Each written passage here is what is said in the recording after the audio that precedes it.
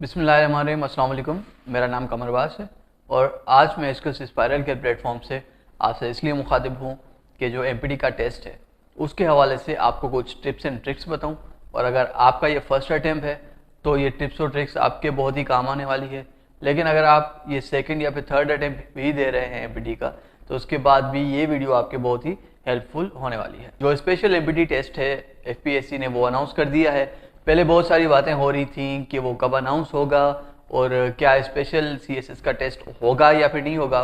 तो वो जो है वो फाइनली अनाउंस हो चुका है 2 दिन पहले। तो एमपीटी की जो डेडलाइन है वो डेडलाइन आपकी है 14 मार्च 2023। तो अगर आप ये प्रेडिक्ट कर रहे थे कि जो सीएसएस का स्पेशल एग्जामिनेशन है वो नहीं होगा, और अगर आप प्रिपरेशन कर रहे थे जो कि ओरिजिनल एमपीटी टेस्ट है उसकी, तो फिर भी आपके लिए जो स्पेशल एग्जामिनेशन है वो बहुत ही हेल्पफुल होने वाला है।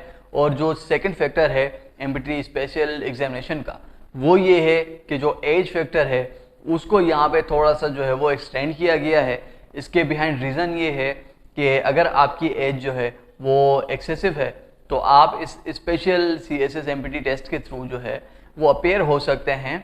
लेकिन इसका मतलब ये भी हरगिज़ नहीं है कि अगर आपकी एज जो है वो 30 प्लस है या फिर 35 प्लस है तो फिर जो है वो आप इसमें अप्लाई कर सकते हैं। लेकिन अगर आपकी एज कोई भी हो, आप इस एमपीटी टेस्ट जो कि स्पेशल एमपीटी टेस्ट अभी हो रहा है इसके लिए आप अपेयर हो सकते हैं।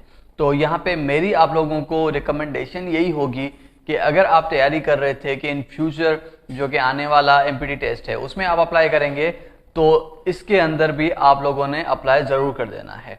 तो अभी फर्दर आते हैं उन टिप्स पे, उन ट्रिक्स पे। और अगर आप बिल्कुल ही न्यू हैं और आपको पता नहीं है कि एमपीटी टेस्ट जो है उसमें क्या क्या आता है या फिर उसका क्या क्राइटेरिया है, तो उस क्राइटेरिया को भी हम डिस्कस करेंगे और उसके साथ साथ कुछ टिप्स एंड ट्रिक्स हैं उनको भी हम यहाँ पे डिस्कस करने वाले हैं। तो सबसे पहले स्टार्ट हम यहाँ से लेंगे कि जो एमपीटी टेस्ट है उसको हम लोगों ने बहुत ही पीक पे ला के खड़ा कर दिया है। तो इसका मतलब ये है कि बहुत सारे लोग इस टेंशन में आ जाते हैं कि भाई जो सीएसएस का एमपीटी टेस्ट है वो पता नहीं किस तरह होगा, और उसका रिजल्ट ये निकलता है कि जो ओरिजिनल जो प्रिपरेशन वो सीएसएस की कर रहे होते हैं या फिर अलग अलग सब्जेक्ट्स की कर रहे होते हैं उन पे बहुत ही ज़्यादा इम्पेक्ट पड़ जाता है। तो यहाँ पे मैं आप लोगों को जो पहली एडवाइस देने वाला हूँ वो यही होगी कि आप सीएसएस की एमपीटी टेस्ट की तैयारी करें, लेकिन उसको इतना हावी ना कर दें कि जो डिफरेंट सब्जेक्ट्स की तैयारी आप कर रहे हैं उसके ऊपर आपकी एमपीटी की तैयारी असरअंदाज हो। तो अगर आप क्राइटेरिया देखेंगे एमपीटी टेस्ट का तो आपको ये अंदाज़ा होगा कि आपने टेंशन बिल्कुल नहीं ली। क्यों? क्योंकि 200 टोटल क्वेश्चंस हैं आपके एमपीटी टेस्ट के अंदर और जो पासिंग मार्क्स हैं वो ओनली 66 हैं। तो अगर हम यहाँ पे रेशियो निकालें तो हार्डली कोई 33% जो है वो आपका पासिंग रेशियो है यहाँ पे। तो अगर आपने 66 स्कोर कर लिया है आउट ऑफ 200 क्वेश्चंस तो आपका एमपीटी जो है वो इजीली क्लियर हो जाएगा। तो यहाँ पे वो कौन सी चीज़ें हैं जिनको आपने मद्देनज़र रखना है। तो यहाँ पे जो सब्जेक्ट्स हैं वो सब्जेक्ट्स आपके आ जाते हैं। सबसे पहले आपका इंग्लिश आ जाता है, इंग्लिश के बाद आपका जीके आ जाता है, और उसके बाद कुछ सब कैटेगरीज हैं या फिर सब सब्जेक्ट्स हैं जो कि आपके जनरल नॉलेज के अंदर कवर होते हैं। उसके बाद आपका इस्लामियत, जनरल एबिलिटीज जिसके अंदर आपका बेसिक मैथ्स जो है वो आ जाती है। और उसके बाद जो सबसे आखिरी सेक्शन है वो है आपका लिटरेचर का। तो चाहे आपने उर्दू लिटरेचर चूज़ किया हुआ है या फिर आपने सिंधी लिटरेचर चूज़ किया हुआ है, यहाँ पे बहुत सारे लोग ऐसे होते हैं जिनको बहुत ही टेंशन होती है इस बात की कि अगर हमने उर्दू लिटरेचर उठाया है या फिर अगर आप सिंधी स्पीकिंग हैं तो आप क्या करेंगे कि आप सिंधी लिटरेचर उठा लेंगे। लेकिन मेरे भाई, अगर आप उर्दू स्पीकिंग हैं या फिर सिंधी स्पीकिंग है, इसका मतलब हरगिज़ ये नहीं है कि जो लिटरेचर है आप उसको क्रैक कर पाएंगे। लेकिन जो लैंग्वेज है जो आप बोलते हैं उसमें और लिटरेचर में ज़मीन आसमान का फ़र्क होता है। तो यहाँ पे सिर्फ 20 क्वेश्चंस जो हैं वो आपके आउट ऑफ 200 होते हैं उर्दू के या फिर सिंधी के जो भी आपने सिलेक्ट किया हुआ होता है। तो यहाँ पे अगर ये आपने स्किप भी कर लिया तो आपको टेंशन लेने की कोई ज़रूरत नहीं है यहाँ पे, ठीक है। मेरे कहने का मकसद ये है कि जो मेन सब्जेक्ट्स हैं उन मेन सब्जेक्ट्स के ऊपर आपने फोकस करना है। लेकिन जो एमपीटी की तैयारी है वो जब आप सब्जेक्ट्स के थ्रू करते हैं तो इससे ये होता है कि जो 50% आपकी तैयारी है वो सब्जेक्ट्स के थ्रू ही हो जाती है। फॉर एग्जांपल कि अगर आप इंग्लिश कवर करते हैं तो इससे ये होता है कि इंग्लिश को कवर करने में आपको बहुत सारे जो टॉपिक्स हैं वो आपको क्लियर हो जाते हैं, जैसे कि आइडियम्स हो गए हमारे, डायरेक्ट या फिर इनडायरेक्ट सेंटेंस हो गए, और जो ग्रामेटिकल क्वेश्चंस हैं वो आपके यहाँ से क्लियर हो जाते हैं। और जो दूसरी चीज जहाँ पे आपने बहुत ही ज्यादा फोकस करना है वो है आपका जनरल नॉलेज, जिसमें आपकी करंट अफेयर आती है, आपकी पाकिस्तान अफेयर आ जाती है, और उसके साथ साथ जो वर्ल्ड अफेयर है वो आपका यहाँ पे आता है। जो हमारी पॉलिटिक्स के रिलेटेड जितने भी अफेयर्स चल रहे हैं पाकिस्तान के अंदर या फिर इंटरनेशनली, उनको आपने लुक आफ्टर करना है आपके जीके के पोर्शन में। तो अगर आपने इन चीज़ों पे अपना 110% अगर फोकस कर दिया यहाँ पे, तो इससे ये होगा कि आपके 33 की बजाय आपके 50 मार्क्स भी आ सकते हैं यहाँ पे।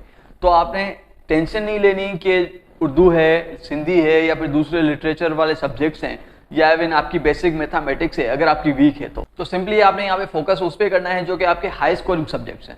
जो कि लो स्कोरिंग है आपने उनको 50% देना है, लेकिन जो हाई स्कोरिंग सब्जेक्ट्स हैं जैसे कि अभी मैंने बताया आपको जनरल नॉलेज है, करंट अफेयर्स हैं आपके, और इंग्लिश है, इनको आपने कोशिश करना है कि आपने इनको 100% पूरा देना है। बाकी जो आज की आखिरी बात है वो ये है कि भाई जो पास्ट पेपर्स हैं उनको आपने नहीं छोड़ना। आपने कोशिश यही करनी है कि जो पास्ट पेपर्स हैं वो पास्ट पेपर्स आपने सॉल्व किए हुए हों।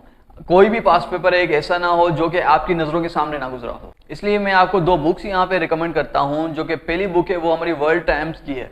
जो वर्ल्ड टाइम्स की CSS MCQs की बुक है, उस बुक के अंदर आपको अच्छे खासे MCQs मिल जाएंगे, और उसके साथ साथ जो पास्ट स्क्रीनिंग टेस्ट हुए हैं उनके MCQs भी आपको यहाँ पे मिल जाएंगे।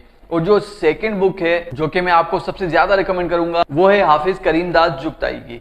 तो इस बुक में क्या है कि आपको 16,000 के आसपास जो है वो MCQs मिल जाते हैं, और अगर आप इन दोनों बुक्स को क्लियरली रीड आउट करें और क्लियरली इनमें से ही आप लोगों ने तैयारी करनी है, और अगर आपने इनमें से तैयारी अच्छी तरह से कर ली और जो 80 to 70% MCQs हैं इन दोनों बुक्स के अगर आपने क्लियर कर लिए, तो आपका MPT बहुत ही आसानी से हल होने वाला है। तो अगर आपको ये बुक्स PDF में चाहिए तो स्किल्स स्पाइरल पे जो हमारा YouTube चैनल है उस चैनल पे जाके आपने कांटेक्ट करना है, और वहाँ पे जो हमारे डिफरेंट कॉन्टैक्ट्स हैं वो आपको मिल जाएंगे वेबसाइट के थ्रू या फिर नंबर के थ्रू या फिर ईमेल के थ्रू आप हमसे कांटेक्ट कर सकते हैं, और जो नोट्स हैं या फिर PDFs हैं वो आप हमसे ले सकते हैं।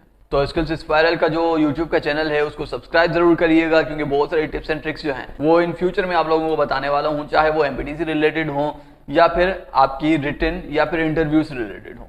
वो सारी चीज़ें मैं आपको कवर कराता जाऊँगा आहिस्ता आहिस्ता, लेकिन हमारे YouTube चैनल पर। तो YouTube चैनल को सब्सक्राइब करना मत भूलिएगा, और उसके साथ साथ जो हमारा Facebook का पेज है उसको भी फॉलो ज़रूर करिएगा। Thank you very much.